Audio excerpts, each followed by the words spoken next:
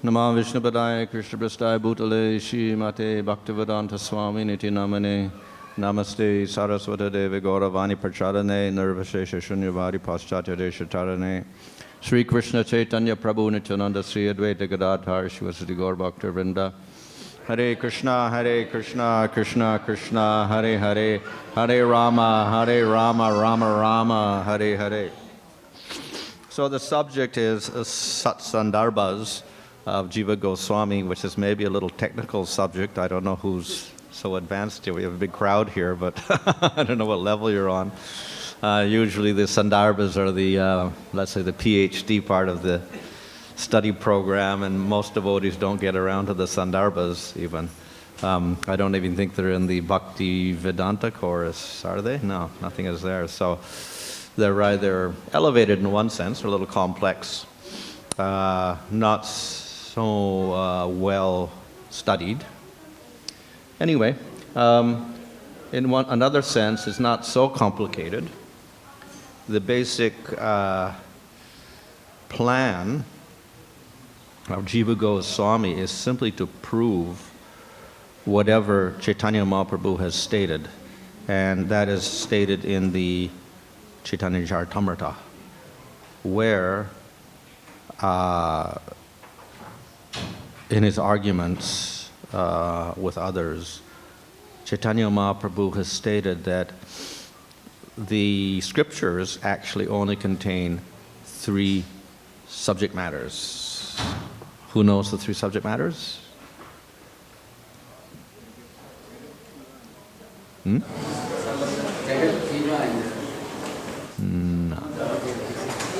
Sambandha, Abhideya, Prayojana.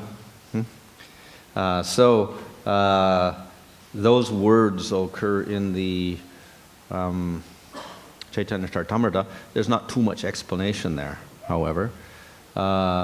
And others, such as Vishnu Chakravarti, doesn't refer to it much, nor does Baladev refer to it too much. But we'll find in the Sandarbhas, there Jiva Goswami extensively uses those terms, Sambandha, Abhideya, and Prayojana. So the Sandarbhas actually are simply an explanation of these 3 terms. So we have Bhagavat Sandarbha, Paramama Sandarbha, and Krishna Sandarbha to explain Sambandha. We have Bhakti Sandarbha to explain Abhijeya. And we have Priti Sandarbha to explain Prayojana. And of course, it is quite clear that this is how we can divide it, because the Bhakti Sandarbha is the Bhakti, is the Abhideya, is the process, and Priti or Prema is the Prayojana. And then the others are explaining Bhagavan and his very expansions. So this is Sambandha.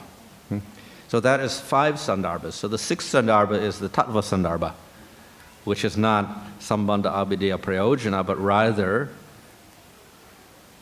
the scripture which proves Sambandha, Abhideya, and Prayojana. So why do we need a work just to say that scripture is the proof? The whole purpose of Tattva Sandarbha is to show that the ultimate scripture is Srimad Bhagavatam. There are many scriptures like 4 Vedas, Upanishads, 18 Puranas, 18 Smriti Shastras, etc. And Mahabharata, Ramayana, etc. But ultimately, the conclusive literature is Srimad Bhagavatam. So the whole purpose of Tattva Sandarbha is simply to prove that. And then once he does that, then he says, so if we examine the Srimad Bhagavatam, there in the Bhagavatam we'll find Sambandha, Abhideya, Prayojana. And so all the Sandarbhas simply quote from the Bhagavatam to prove who is supreme, to prove what is the best process, to prove the goal. It's all Bhagavatam quotes. So that is the basic principle. Let's see if we can get this working. Didn't do anything. Okay, there we are. I can't explain all the Sandarbhas in detail. Probably we're lucky we'll get through the Tattva Sandarbha. Anyway, this is the simplest one. It's also the shortest one, shortest Sandarbha. Maybe it's 30 pages long or something like that. He doesn't quote too much in it. And the arguments are pretty simple. Of course, in his commentary, it becomes a little complex because there he gets into a few details of Pramanas, etc. Anyway, he starts out very innocently with the quote from the Srimad Bhagavatam and offers this rest to Chaitanya Mahaprabhu, who is the Yuga avatar. So he recognizes Chaitanya Mahaprabhu as our authority. And it's based upon his instructions that he's actually written the Sat Sandarbhas to prove what Chaitanya Mahaprabhu has already stated. We're not doing anything. Yeah, do I point it at this? Okay. So, in other words, he establishes the inspiration for this particular work. That is the Chaitanya Mahaprabhu's instructions. What are we doing here? Yeah. Okay. And, of course, he offers respects to Rupa and Sanatana Goswami, who lived in, his seniors, and they lived in Vrindavan long before Jiva Goswami came there. And we'll find in all of his books he always offers respects in this way. And he offers respects to Gopal Bhatta. And in fact, Gopal Bhatta is the one who he attributes as the actual writer of the work. So then we have them. This statement occurs there. I've repeatedly examined the original work, parts of which were in order, parts of which were out of order, and parts of which were incomplete. Putting it in systematic order, I've written this work. That means all of the Sandarbhas, not just one Sandarbha. So he quotes this in each of the Sandarbhas at the beginning, that he's just taking the work, which was Gopal Bhatta's work, and he's edited it, revised it, added to it, put it in order, etc. So he doesn't claim it as his own work, actually. What's wrong here? Oh, wrong button. So what does Sandarbha mean? We have a Sandarbha. The wise say a Sandarbha is that which is to be known and which possesses various types of importance. In other words, it's something important, and the root is Sandarbha, which means to gather or to collect. So Sandarbha means a collection. So what is it a collection of? It's a collection of verses from Bhagavatam, which proves certain points. So that is, for instance, the Bhagavat Sandarbha is to prove the superiority of Bhagavan over everything else, and to prove he has qualities, activities, and form. So therefore, he will use Bhagavatam verses to prove that, and he'll go through the verses and explain what they mean. Okay, so now we have the subject matter of the Sandarbhas. As I explained, we have Sambandha, Abhideya, and Prayojana. So Sambandha literally means relationship. It means a relationship between the various items which are discussed, and a relationship with the work itself of the subject. So the ultimate subject of the work is Krishna. And of course he becomes Bhagavan, or he becomes Paramatma, etc.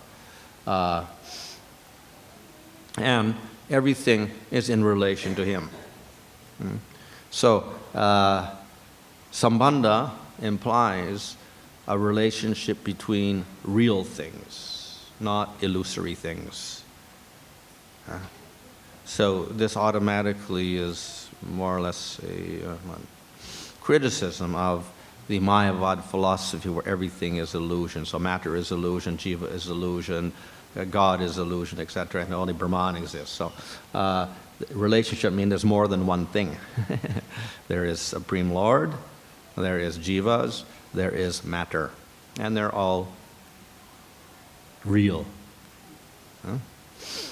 So they have relationships, and in those relationships, one entity is supreme, that is Bhagavan. So once that is established, then we can start analyzing things and understand what is the goal of the human being. And now that we define ourselves as Jivas and Supreme Lord, and there's Prakriti there making bodies for us, etc. What is our goal in the material world? To stay in the material world, to get out of the material world, or what? So the goal has to be very clearly defined.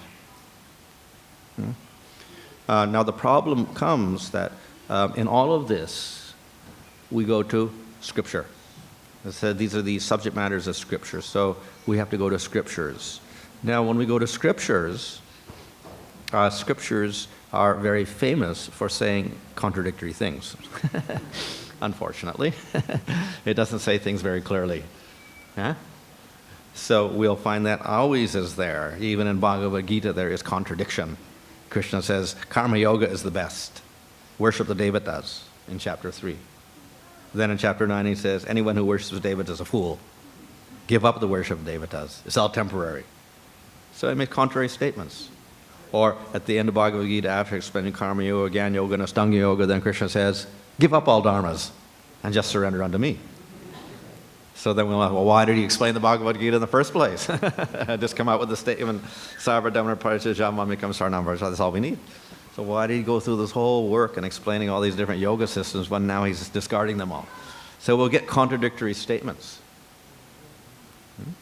So then we have to understand how do we find out which is the true statement? It may be difficult for us. But this is the work of acharyas. They go through and they solve the contradictions, not irrationally, but I think this is right or I think that is right. There is a system of interpretation. Which statement is stronger in which condition? And they use that to come to a conclusion.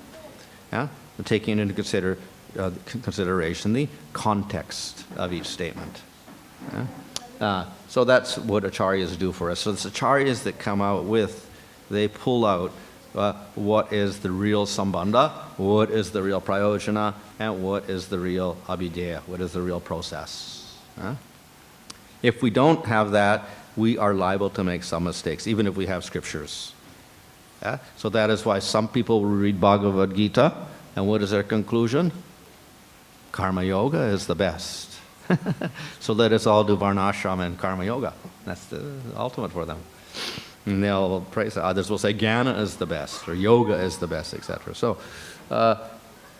we do have to have a very solid foundation to get the real conclusion of things.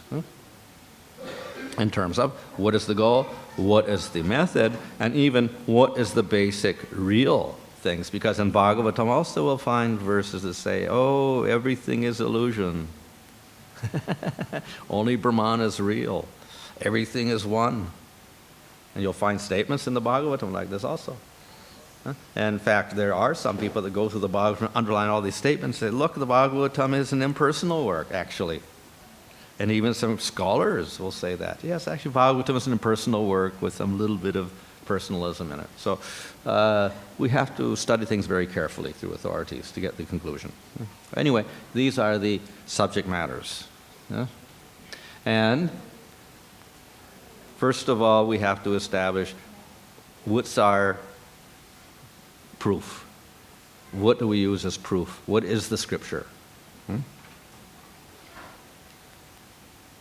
So these things we should remember at least. Sambandha, abhidheya, prayojana. These are the important things. Okay. Yeah. This is so even in the material world. Why do we go to school? Knowledge. Do we get knowledge? Or maybe material knowledge. You get some material knowledge. Okay. You learn arithmetic, mathematics, physics, science, biology, anatomy or whatever, I don't know, history or whatever. So there's some knowledge there. You get some basic knowledge. Without that knowledge, it's very difficult to do things. If you want to be a doctor, you have to get knowledge first. Then you can set your goal. I want to graduate in medicine, I want to be a specialist in so-and-so or whatever like that. You set your goal, and then you go through the prescribed procedure. You take so many courses of science or whatever in school, and then you have to get, I don't know, what, first-class marks or something to get into medicine. Then you have to take certain courses in the medicine with certain electives or whatever, and then when you specialize, then you have to take so many courses also. It's a particular method of getting your final degree to get to your goal. So we need knowledge, we need a particular practice, and a particular goal. All the three things must be there in the material world and also in spiritual practice. So that is why we have Scripture, to give us these three things. So we have to establish Scripture as the proof. Now, there are many Scriptures, of course. First of all, we have to discard the fact that we can do everything without the Scripture. So Prabhupada often quotes the 4 defects of the human being, making mistakes, illusion, etc. So there's 4 distinct things. Of course, we can probably get more faults in our perceptions, but these are some of the main ones. So one of them is called Brahma, which literally means making mistakes. So the famous example is the rope and the snake. We see a rope and we think it is a snake. Or we think there's a rope and it is a snake or whatever. We do the opposite as well. So due to our imperfect vision, we think something is something else. That is called Brahma. So that is one mistake we can make. And nobody is free from that mistake also. Karana patava, which means the limitation of our senses. So, we have limitation according to how far we can see. After a certain distance, even a person with good eyes cannot see properly. If it's 50 miles away, how much you can see of an object and get its details? Not much. If something is too close or very small, you cannot also see it.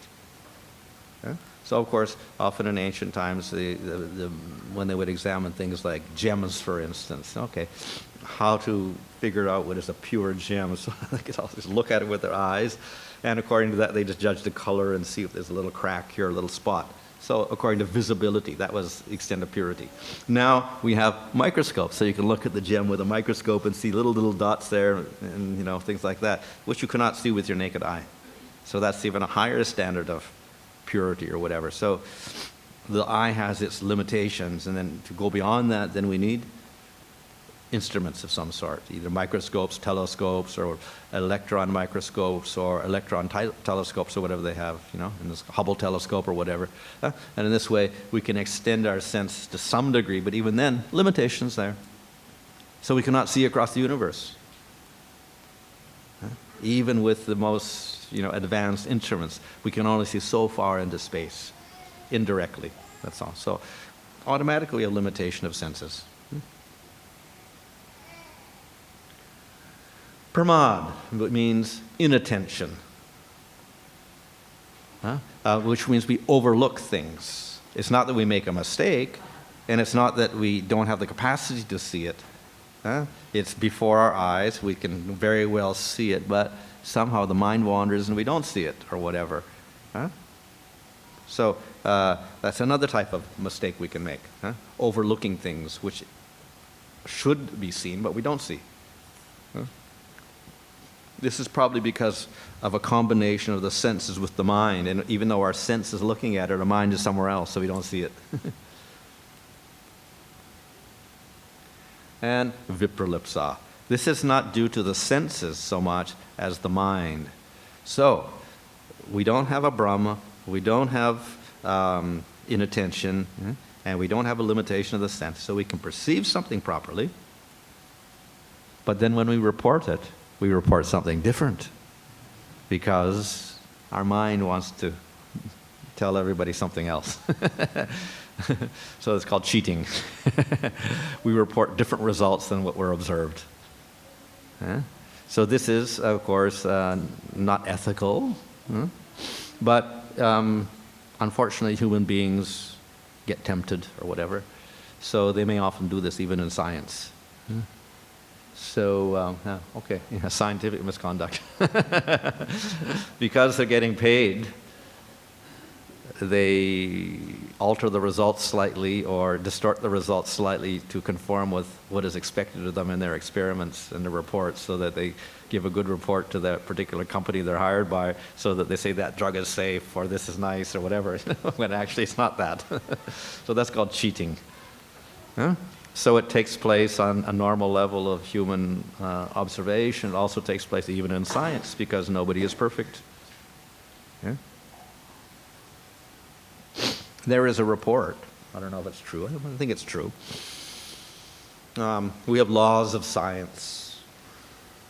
Like some things are fixed, like the speed of light, and it's not supposed to change. You know, it's a constant, and you use it in your formulas for different things, like atomic bombs. I think E equals mc squared has got the speed of light in it. Yeah, so it should be constant. That's the theory. So the problem is, when scientists measure the speed of light, every time they do it, it's different. So what do? It doesn't conform, so you can do two things. One is, don't say anything. Two, we'll say, well, the people who took the measurements are faulty, because it doesn't conform to our theoretical standard. You can say that. Or you can do another thing. You take the average of everybody's and come up with it, divide by a certain amount, and fudge it a little bit, so you get almost the correct result. Yeah?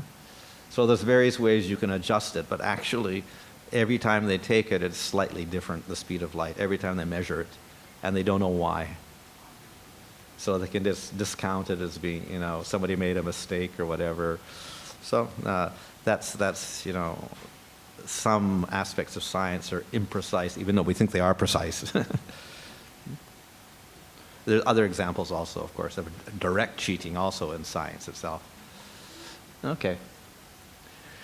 So that's only in the material realm, where we're trying to explain things in the material world. We do have mistakes or limitations of our senses.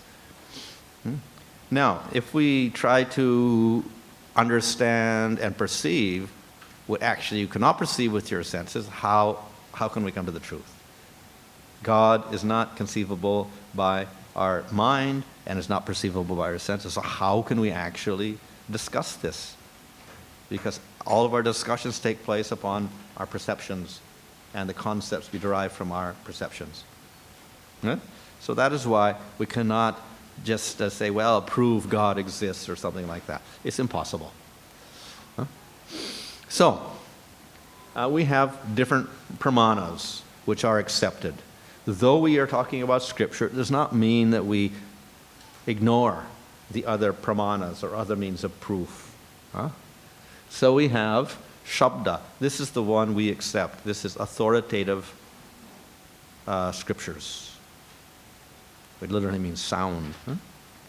So that is our final authority. We have others. Prataksha. These are the senses, the eye, the ear, the nose, whatever. Huh? We can observe things. Huh? And then we take the data that comes in with our senses, we store it in our mind, and we start making shortcut conclusions. This is called anuman.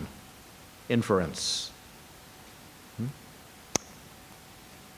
By observing material world, we draw certain conclusions, which may not be completely true, but are generally true.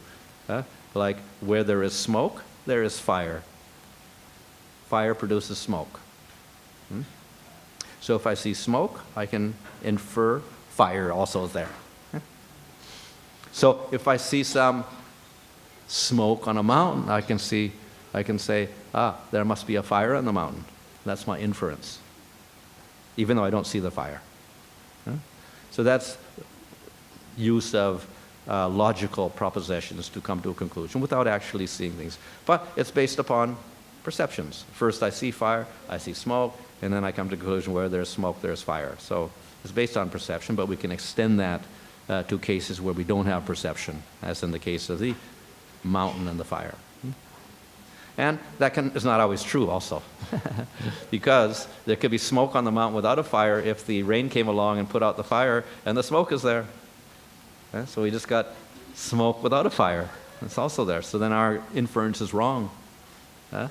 Or it may not be smoke at all. Maybe a cloud. So that's another wrong perception. Brahm. We make a Brahm, and based on that we come to a faulty conclusion of our Anuman. So Anuman and Prataksha both are subject to fault in the material world. The other ones, which are listed by Jiva Goswami, actually are not all they can all be included in the other ones. Arsha, words of sages. They make statements, so we accept them because great sages said. Upaman, similarity. Something is like something else. Artapati, conclusions from circumstances. I think one is that so-and-so is fat. We never see him eat in the daytime. Therefore, he must eat at night. That's artapati. It's the circumstances observation. But of course, this is a type of anuman, actually. Above, absence of things. Sambhava, possibility or inclusion. If you have $100, there must be $1 in that. And something includes lesser amounts in it. Aitiya, traditional statements. And cheshta, using gestures to indicate something. For instance, in Bharatanatyam, they make little moves, and you understand the story by the movements, the gestures. So that's another type. It's the secondary type of, proof or getting knowledge or whatever. So anyway, most of them could be categorized under these three. Sabda can include Arsha and Aitiya, Prataksha is there, and Anuma can include all these other things. So we basically have three types of proving things, of which two are faulty. And therefore we have to go to Sabda for perfect knowledge, especially concerning Atma and Supreme Lord. So we accept the scripture as perfect knowledge. Now, everyone can challenge that. Oh, how do we know it's perfect? That's our faith. We accept certain things as perfect. That will also go for any religion. They will accept certain scriptures as perfect. The Muslims will accept the Quran as perfect. Why they accept it as perfect? Why? Can you prove it's perfect? No, you cannot. They accept it as perfect according to faith. So on faith, people accept certain things as their authority in religion, certain works. So if you accept the Vedic literature as authority, fine. Then we actually have a very good basis for getting knowledge. This is just to show, this is a statement that's often quoted from Mahabharata, to show what is achintya, or inconceivable. One cannot use material reasoning on those things which are inconceivable. Inconceivable refers to those things existing beyond Prakriti. So for spiritual matters, we cannot use our inference. It's inconceivable. So Brahma Sutras also supports this proposition. Shastra Yonatvat. The Lord cannot be known by reasoning, because the source of understanding of the Lord is Scripture, Upanishads, not reasoning.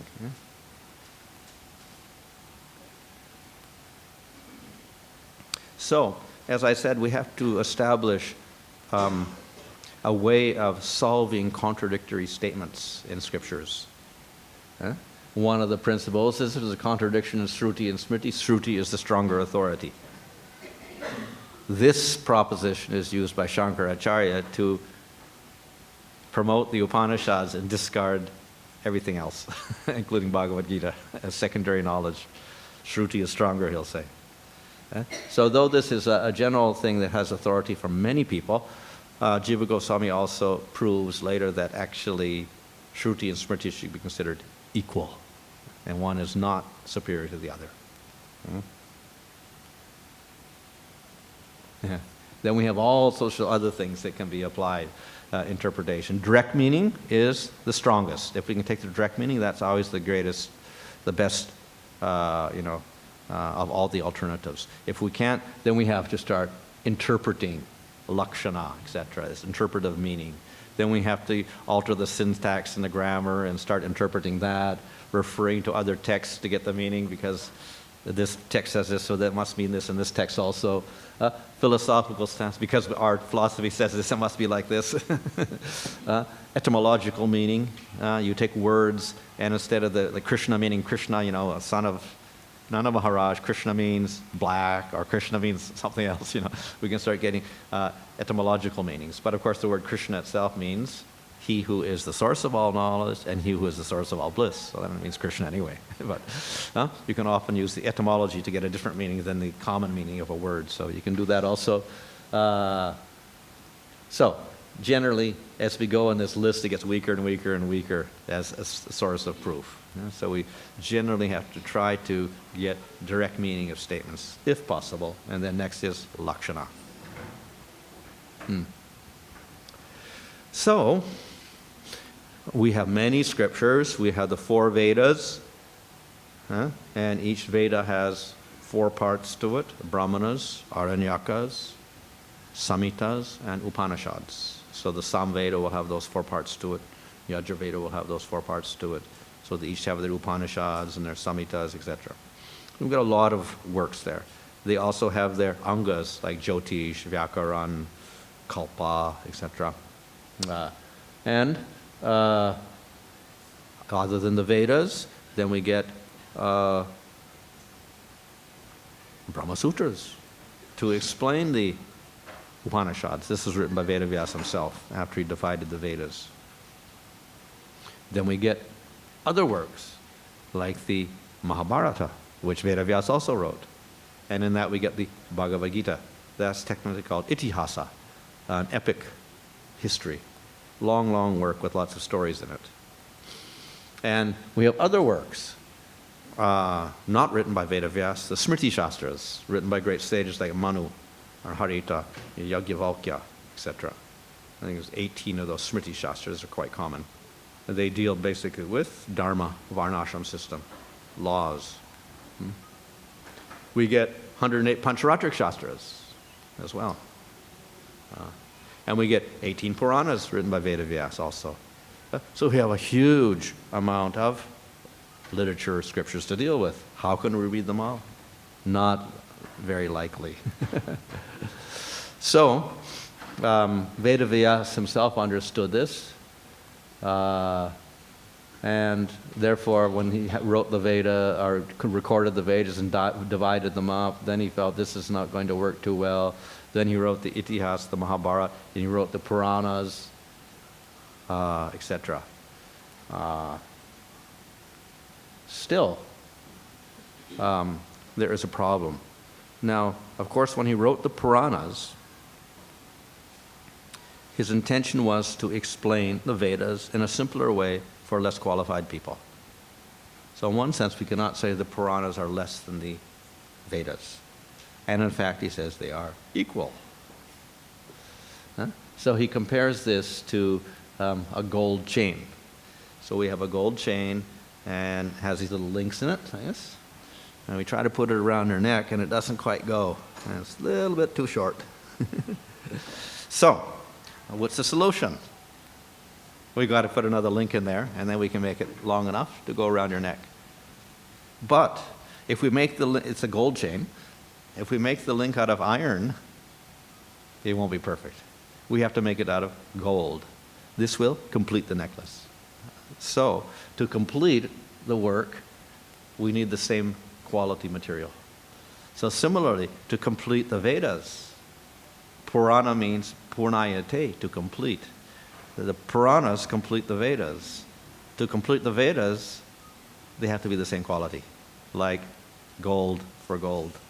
So therefore he says, Puranas are equal to the Vedas for this reason. Equal quality, because they must complete the work, and they cannot be lesser quality if they were something else. So therefore, he puts the Puranas as equal to the Vedas. And of course, we also understand that in one sense, they're called the fifth Veda. The Mahabharata and the Puranas are called the fifth Veda, so it equates them in that way. And even in Brihadaranyaka Upanishad, there it says that the breathing of the Lord is the Rig, Yajur, Sama, Atharva, Vedas, Itihasas, and Puranas. So everything, it all comes from the Supreme Lord ultimately. So, and we see in Srimad Bhagavatam, this is mentioned, Brahma, who has faces in all directions, created the fifth Veda, composed of the Puranas and Itihasas from all of his mouths. So we don't take the Puranas as inferior to the Vedas, as Shankaracharya does.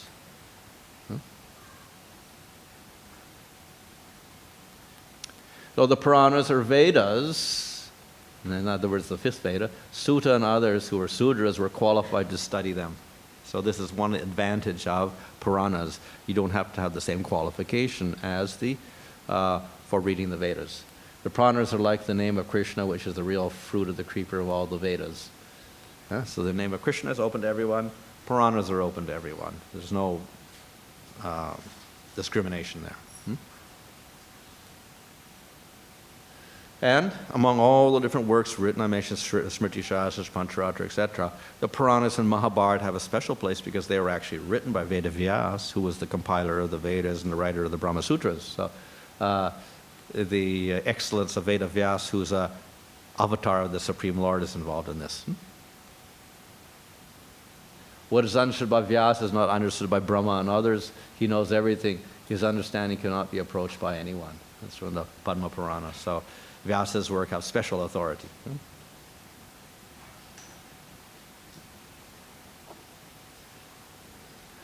Now, we have 18 Puranas. He wrote these Puranas for different types of people. Just as in Bhagavad Gita we have Karma Yoga for people that don't have faith in the Supreme Lord, then we have Jnana Yoga, Stanga Yoga, finally we have Bhakti Yoga. So for different types of people, Krishna explains different yogas. So similarly, in the Puranas, Vyasadeva wrote works for different types of people. He wrote 6 Puranas for people in Tamagun, 6 for people in Rajagun, and 6 for people in Sattvagun. So generally, we'll find that the Puranas in Tamagun have a predominance of glorification of Shiva and Agni. And the works in Rajagun glorify Brahma prominently. And the works in Sattvagun glorify Vishnu. That's natural because Vishnu is in charge of Sattvagun, and Brahma is in charge of Rajagun, and Shiva is in charge of Tamagun. So he wrote Puranas, some of which will glorify Lord Shiva. And they'll say Shiva is Bhagavan. So this may be a little confusing to us because here's where we're going to get contradictory statements. So in Sattvic works the glory of Vishnu predominates, in Rajasic works the glory of Brahma is greater, in Tamasic works the glory of Agni and Shiva are greater. In mixed works the glory of Saraswati and the Pitras is greater. So we should not be surprised if there's going to be contradictions. We quote Shiva Purana, then Shiva becomes Bhagavan. So we have to be very careful. So if there is contradictory statements in the Puranas, for instance, Shiva Purana says Shiva is supreme, and Vishnu Purana says Vishnu is supreme, which statement is stronger? So the statements of the Sattvic Puranas are stronger if there's a contradiction. Sometimes the Tamasic Puranas make very great statements. They glorify Vishnu as the giver of liberation, they glorify the devotees, etc. So we can accept those statements. But where they have statements which contradict the statements of Vishnu Purana or Bhagavatam, then we have to take the statements of the Bhagavatam or the Vishnu Purana as stronger. And the other one is not true. It's exaggeration. So we have in the 10 offenses of the holy name, we have this offense to think that the glories of the holy name are exaggeration. That, okay, chanting the holy name once you get liberation, or, like this, they'll say, oh, that's exaggeration, or whatever like that. So, in relation to bhakti and the holy name, there's no exaggeration because they're most powerful, and they do everything. But there is exaggeration when glorifying all of the processes, karma yoga, jnana yoga, or stanga yoga, or in glorifying any devata. There is exaggeration. So in the Vedas themselves, they say, by doing sacrifices and going to Svargaloka, you become immortal. That's exaggeration, because you don't become immortal. You fall down from that position again. So you're not immortal. But it says you become immortal. Why? Just to encourage them to do some sacrifices, that's all. Because people are foolish, they do that. So Bhagavatam says it's like giving candy to a child to take medicine. That's all. to make them do something, do some sacrifice. They have to encourage them. So, okay, you can become immortal. That's the candy, so to speak. So they make statements which are not completely true sometimes. That's exaggeration. Yeah? So in relation to devatas and other processes, exaggerated statements are made sometimes. They're not literally true. In relation to Vishnu and Krishna, however, no, not so. So anyway, we accept the authority of the Sattvic Puranas glorifying Vishnu and Krishna as superior to the statements of the other Puranas. Okay. So, though Vedavyasa wrote, he divided the Vedas, he wrote the Brahma Sutras to explain the Upanishads, he wrote the Mahabharata with the Bhagavad Gita in it, he wrote 18 Puranas, and he was still dissatisfied. Then, of course, he got some inspiration from Narada Muni. So, the Bhagavatam explains how he went into samadhi, and then he wrote the Bhagavatam as the commentary on the Brahma Sutras, because Brahma Sutras were too complicated for people to understand. So, Bhagavatam is the harmonization of all scriptures. It takes all the contradictory statements and comes up with the final conclusion. That's, of course, what the Brahma Sutra does. It takes all the different contrary statements in the Upanishads and then says, what is the conclusion of all this? So similarly, Bhagavatam does the same thing. So therefore, it's the commentary, natural commentary, because it's written by Vedavyasa, and Brahma Sutras are written by Vedavyasa. So it's commentary on his own work. It begins with a reference to Gayatri, which represents the meaning of all Vedas. Anyone know that reference? Satyam Param Dhimahi.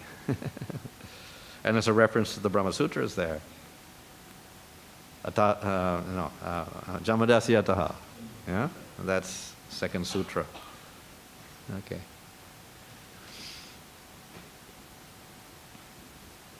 So actually, the Gayatri, why quote the Gayatri? Because the Gayatri is said to be the basis of the Vedas. Just as we have the 4 Chatusloki, 4 verses of Bhagavatam, which become 18,000 verses, or the 4 verses of Bhagavad Gita, which become all the verses in 18 chapters of the Bhagavad Gita. So all the Vedas ultimately come from the Gayatri mantra, expansion of Gayatri mantra. In the Vedas, we have Upanishads as being the superior part. The Jnana section is superior to the Karma part.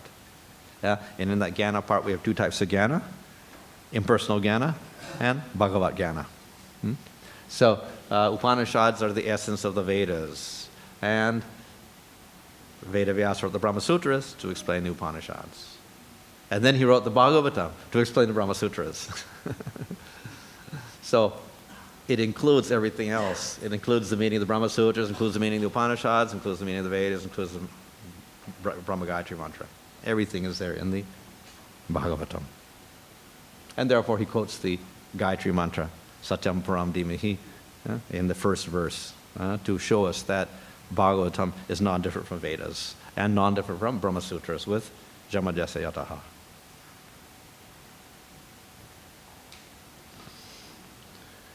This work is most complete, expresses the meaning of the Brahma Sutras and Mahabharata as the explanation of Gayatri, and reinforces the meaning of the Vedas. It is the Samveda among the Puranas and has arisen directly from the Supreme Lord in the form of Vedavyasa, who is an avatar of the Lord. So in other words, it is everything. It is the final conclusion. Bhagavatam is the final conclusion. So people often argue with us, why do you quote Bhagavatam or whatever? This is the reason why. It's the final work of Vedavyasa. It is the conclusion of everything. Srimad Bhagavatam is declared to be the essence of all Vedanta philosophy. One who has felt satisfaction from its sweet rasa will never be attracted to any other literature. This is at the very conclusion of the Bhagavatam, 12th canto. So, here he says Vedanta. Vedanta means Upanishads, and then finally Brahma Sutra. So, no one can actually argue, say, why aren't you quoting Upanishads? Quote Bhagavatam. Same meaning.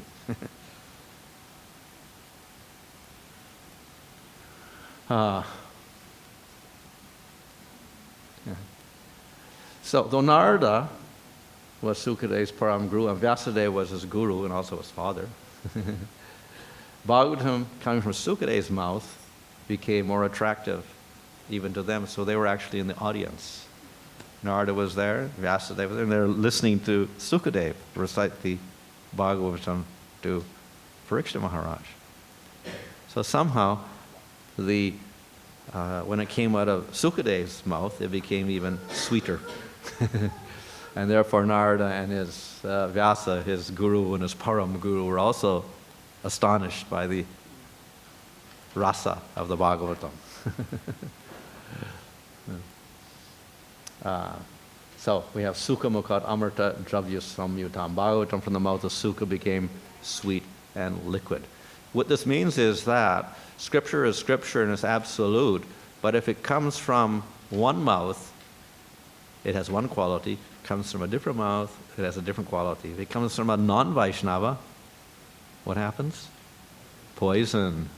If it comes from a devotee, then it's not poison. And it comes from a devotee who has higher realization, then it becomes sweeter. So when it came out of Sukadeva's mouth, he had very high appreciation of rasa, Radha, Krishna, Radha especially, and it became sweetest.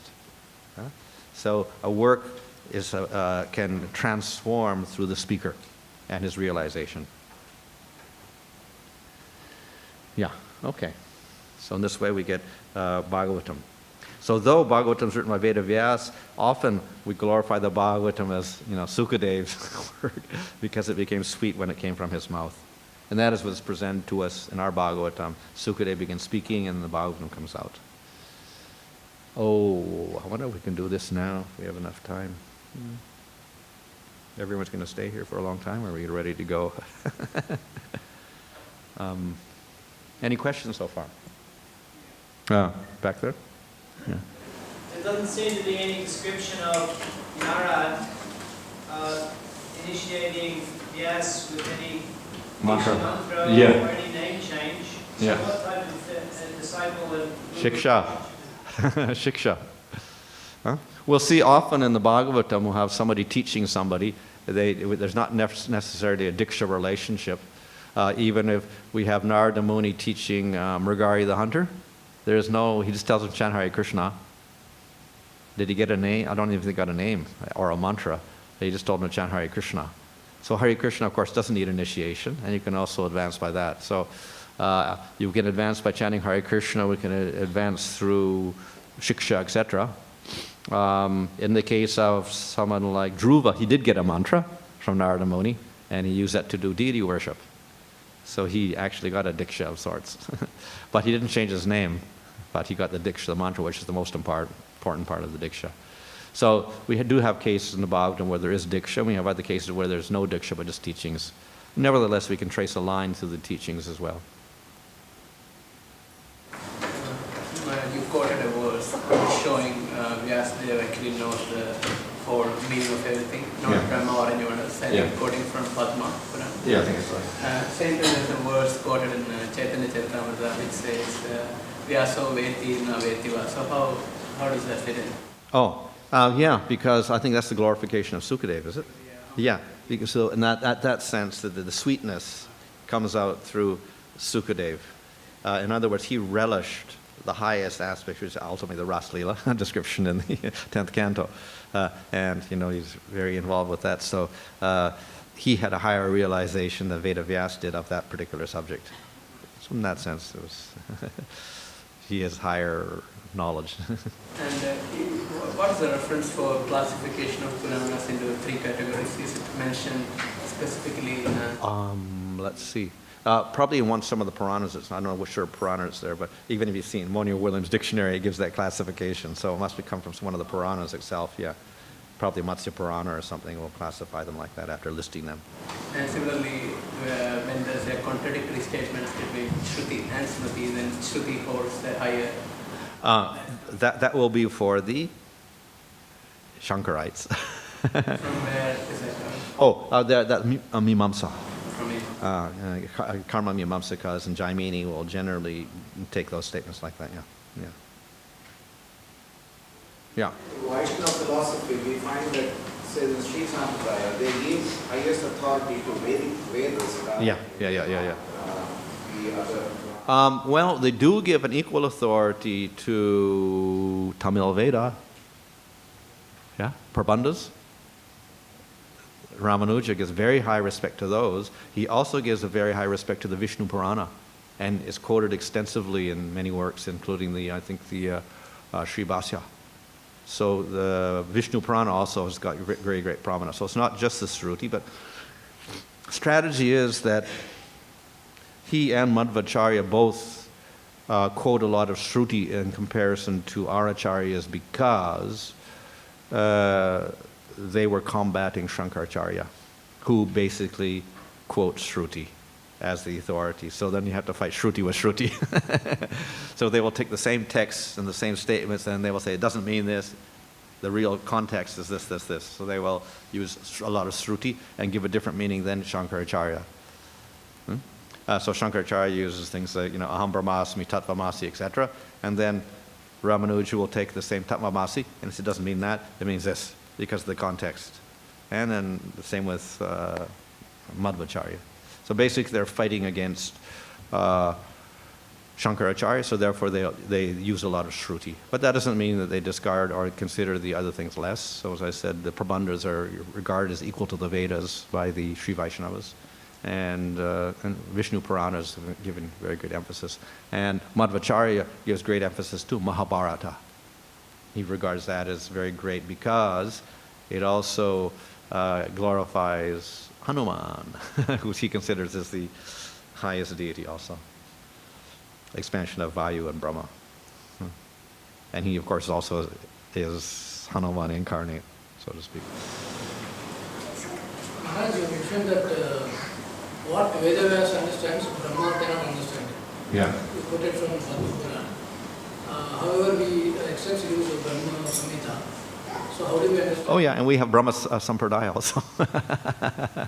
Brahma is the source, and then he gives to Narada, and then he gives to Vyasa. So yeah, so this is a kind of relative statement in one sense, just to show that Veda Vyasa's works, the Mahabharata and the Puranas, have very great authority. That's all. Now, we're not saying that Brahma is an ignorant person. He's also head of Sampradaya. He's also a great devotee of the Lord. Maharaj, in one of the lecture I was hearing that to establish Krishna and Radha, it was a Govinda Bhashya by Govinda. So how that is different from Bhagavatam? How is the Govinda Bhashya different? Well, that's a commentary on the Brahma Sutras. The Brahma Sutras are a commentary on the Upanishads directly. Yeah. So Baladev Vidyabhusan explains the Brahma Sutras in a way which is more favorable to Krishna worship. Now, the previous commentaries of other Vaishnavas like Ramanuja or Madhva basically glorify Vishnu. And so Brahman means Vishnu for them. In Baladev's commentary, then Brahman means Krishna. So, or Govinda. And so it's called Govinda Bhashya, and it glorifies Krishna as the Bhagavan or as Brahman. A lot of the arguments are not too much different from, let's say, Ramanuja's arguments also in defeating Shankar's interpretation. So yeah, we can say the same conclusion is there as the Bhagavatam. But of course, this is a commentary on the, by Baladev on the Brahma Sutras. The other is the natural commentary by the author of the Brahma Sutras, that is Veda Vyas. Because of that, many of the Gaudiyas felt we don't need to comment on the Brahma Sutras at all. Because we have the natural commentary of the Bhagavatam. And that's stated by Chaitanya Mahaprabhu himself. But because of the challenge of others that you cannot consider yourself a Sampradaya and say that Krishna and you can worship Radha Govinda and Krishna, etc. in the temple, you're not a Sampradaya because you don't have a Vedanta Sutra commentary. All the other Sampradayas have a Vedanta Sutra commentary. Ramanuja has one, Madhva has one, Nimbarkas have one, Vallabhas have one, Shankaracharya has one, and Gaudiyas don't have one. So that was the challenge. So how can you argue anything? So therefore, Baladev wrote a commentary just to, meet that challenge. Oh, we also have a commentary. So he did it. and presented it to them. I said, yes, we also have a commentary, which is what? Coordinated with our philosophy, and it glorifies Krishna. So for that reason he wrote it. But technically, no, we don't need. We can just go to Bhagavatam itself. But if we want to get particular explanations of the different sutras, then it's handy to have. Maharaj, I'm still not clear on that point when you mentioned contradictions amongst the sages. Was it before Bhagavatam was compiled, or What's that? contradictions amongst the opinions of the sages? Oh yeah, we get a lot of contradictions. So what was that? Well, we have saddarshanas. We have different philosophies, Sankhya philosophy of Kapila. We have Patanjali's yoga philosophy. We have Gautama's Nyaya philosophy. And we have the Vaisheshika philosophy. We have the Karma Mimamsa philosophy of Jaimini. And they all have different conclusions, some of which don't even have God in them, even though they say they accept the Vedas. So Karma Mimamsa says, let us work, do sacrifice, and go to Svarga Loka and enjoy eternally, and we don't need God at all. So it's an atheistic philosophy, though. He says we worship the Vedas. Sankhya also says no God. Jiva exists. Prakriti exists. God does not exist. Whole goal of life is to separate yourself from Prakriti. Finished. They also worship the Vedas. That's Kapila, Sankhya philosophy. So many different philosophies, contradictory things. Of course, they're misinterpreting. It's taking a little bit of quote here and a quote there and making their own philosophy. The writings of the Goswamis and Vrindavan Das Thakur and Lochan Das Thakur, can they be classified as Smriti? Yeah. As we also accept those as scriptures. Yeah. So they would be in the category of Smritis. Everything other than Shruti is Smriti. But actually, Jiva Goswami says, Bhagavatam is not Smriti, it is Shruti. And he quotes one verse in the Bhagavatam, this Shruti. It says that Bhagavatam is Shruti in one sense, in the eternal sense of the term. Now, of course, not in the practical sense because everybody can read it. But he takes it as Shruti also, ultimately, as being eternal. In Chaitanya Charitamrita, Krishna's Goswami, he also sees this kind of sequence of arguments in establishing the authority of scriptures. Uses a similar kind of argument. So, was he referring to the Sandarbhas for this presentation? I think it's reference as such, but Yeah, we'll have to see who wrote what first. I don't know what came out first. yeah. He doesn't mention the Sandarbhas in the thing, so I think they probably came out a little later. Well, of course, the Sandarbhas were written over a long period of time. They came out one after the other in different years and like that. It was a period of about 20 years in which they were produced, and I think probably the Chaitanya Charitamrita probably came out about the time of the first Sandarbhas, like the Tattva Sandarbha maybe, same time, and not the later ones. But I would think that probably he borrowed from the Chaitanya Charitamrita, maybe from Krishna's Kaviraj. He took those logical arguments perhaps, or Gopal Bhatta could have done it also. Maharaj, if we say the Shabda Quran is the highest Pramanas, why are the gurus, typically addressed as Tattvadarshi rather than Tattva? Gurus, yeah. Darshi is seeing, right? It's not hearing. We have scriptures, but as I said, scriptures, if they don't come from the proper mouth, change their meaning and their potency. So we have to get the scriptures delivered from proper persons, that is, devotees of the Lord, so they become the teacher or the guru for that reason. So therefore, the guru is a necessary element in the acquisition of knowledge. Not just scripture itself, but we need the guru to get the scripture, because it has to come from the right mouth. No, my question was not that the importance of guru. Why do we call the guru Tattvadarshi rather than he heard the Tattva? He has seen the Tattva. Tattvadarshi. Yeah, because, of course, seeing and hearing are more or less, we can say, very closely connected together. Knowledge, we usually take as what we absorb it in our mind or something like that. But actually, through sadhana, the knowledge becomes realized. So in other words, Krishna is Bhagavan, and Krishna has a certain form. So we can get that knowledge from Bhagavatam, and knowledge. But then again, if we do bhakti, we can also realize Krishna, and we can see Krishna. So that's a higher type of knowledge, realized knowledge. So that is the preferable stage of knowledge to have the realized knowledge. Then there's no chance of error there at all.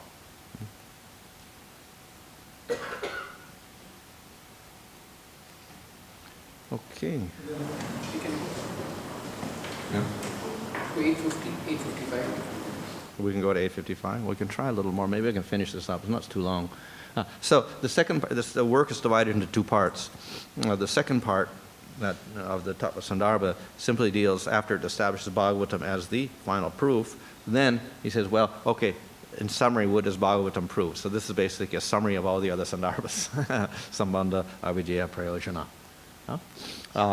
And he often goes through this. In the Brahma Sutras at the beginning, there's a list of methods, or let's say functions of statements. I think 5 functions of statements or whatever, which he uses in this work also. This is where it comes from apparently. And he quotes from Madhvacharya. And that is that introductory statement, concluding statement, repetition, called abhyas, glorification, phala, giving the results, reasoning, I think it's called upapati. So he gives these different types of sentences. Every sentence that comes out, it has to be one of these things. It has to function in one of these 6 ways, you know. So he does that a lot in Bhagavatam. So he takes like the first verses or the last verses, and he says, see, this will show what the work is about. This will show the sambandha. So he shows that in the first verse of Bhagavatam. He shows it, this verse here, near the end of the Bhagavatam conclusion. And this will, the first statement, introductory statement, concluding statement, should say the same thing. And that shows that the topic is correct. Yeah? So this is one. Let me offer my respectful obeisance unto the son of Vyasa Sukadeva Goswami, who, though fixed in his own bliss with no distractions, became attracted to, what's that? Avidya. He became attracted to the pleasing pastimes of Krishna. Krishna is the sambandha. And mercifully spread the Bhagavatam, which describes the goal, prayojana, and destroys obstacles to attraction. So he has sambandha, avidya, prayojana stated within this one little verse. Yeah? So that's it. That becomes the topic of Bhagavatam.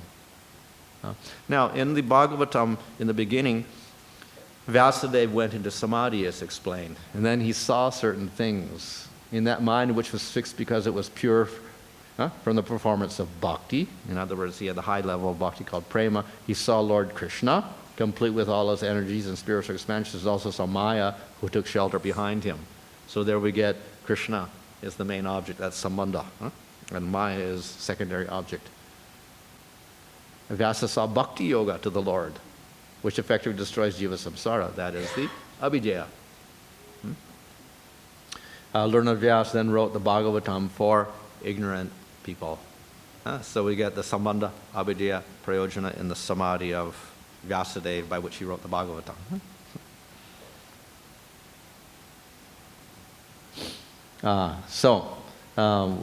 We saw there that Vyasadeva saw Maya hiding behind the Supreme Lord. So Maya cannot interfere with the Supreme Lord in anywhere, but Maya affects the Jiva. He has to be delivered from samsara.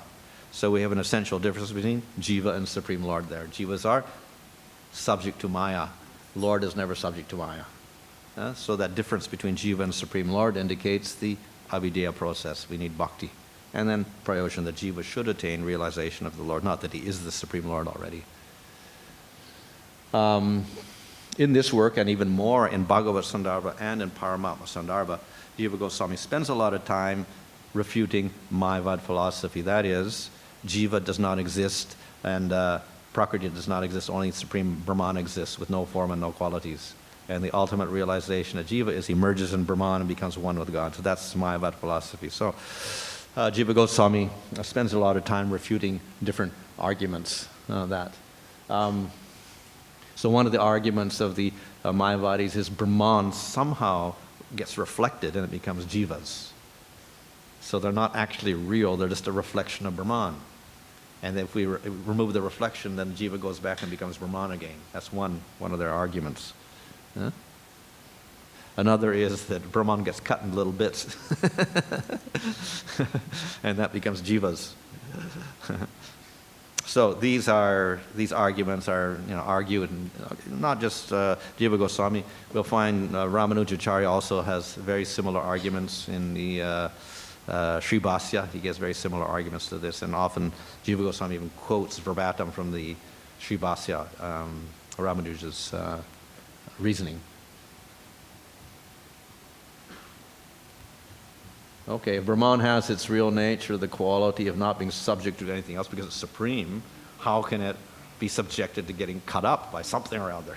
What can cut it up because there's nothing else except Brahman? How can it be subjected to anything else if it is supreme? Yeah. By upadis means coverings of some sort. What those upadis are is also very vague in the philosophy of Shankaracharya because nothing exists except Brahman, so what is an upadi? Is it real or not real? If it's not real, then we're saying illusion creates illusions or something. It doesn't make too much sense. That which is without qualities cannot be subject to reflection. How can we reflect something that has no qualities in it? It has no color, it has nothing in it. How can it get reflected in anything? Huh? So that's another simple argument. That which is all-pervading cannot be subject to reflection. So Brahman is everywhere. It cannot be measured. It has no size. There's no limit to it. You got a little mirror, how are you going to reflect it? It goes everywhere.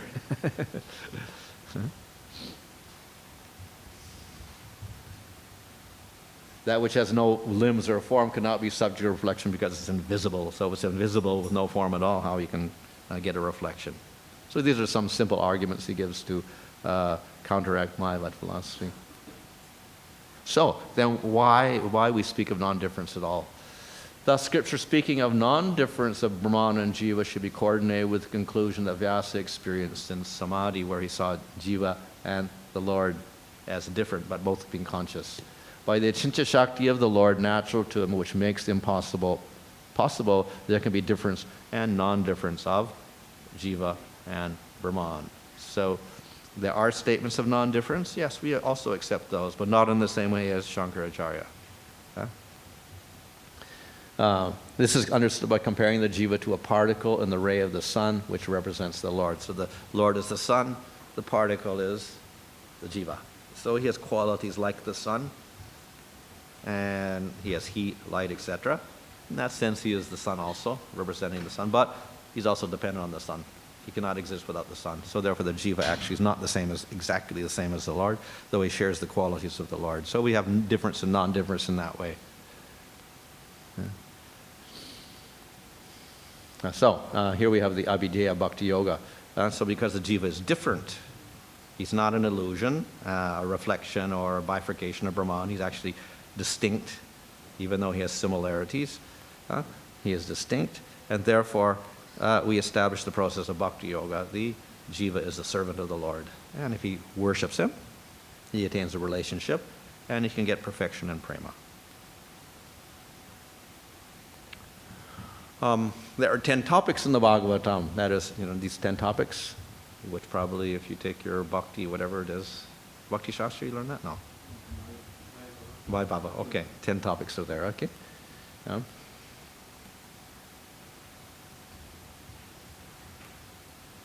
So these 9 topics are related to the 10th topic, the asraya, because they are supporting topics.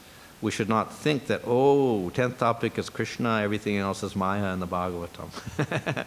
So the 10 topics are there, and they are there to glorify the 10th topic, Krishna. So Sarga, Visarga, etc. are simply, we can say, manifestations of Krishna's Shakti in the material world through the Purusha avatars and other avatars, etc. So we should never think that they're secondary. They're also glorifying Supreme Lord Krishna. So The great devotees such as Vidura, Maitreya describe properly the 9 topics in order to impart the highest knowledge of the 10th topic.